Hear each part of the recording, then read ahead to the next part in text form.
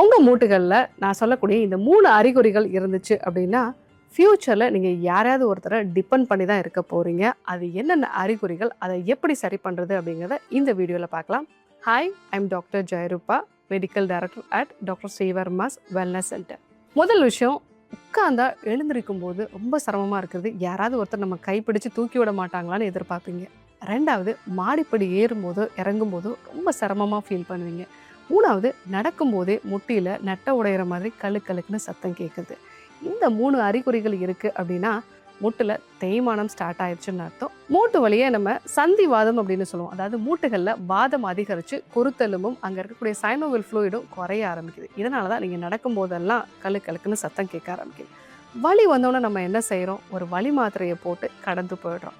ஆனால் இது நாளடைவில் தொடர்ந்து தேய்மானத்தை அதிகப்படுத்தி அறுவை சிகிச்சை வரைக்கும் போகிறதுக்கு காரணமாக இருக்குது. மூட்டு வலி வந்தால் புற வளையம்னு சொல்லக்கூடிய ஜானுவஸ்தி, அதாவது மூலிகைகள் சேர்ந்த எண்ணெயை ஒரு குறிப்பிட்ட வெப்பநிலையில் மூட்டுகளில் தேக்கி வைக்கிறது, இந்த சிகிச்சை முறைகளை பண்ணலாம்.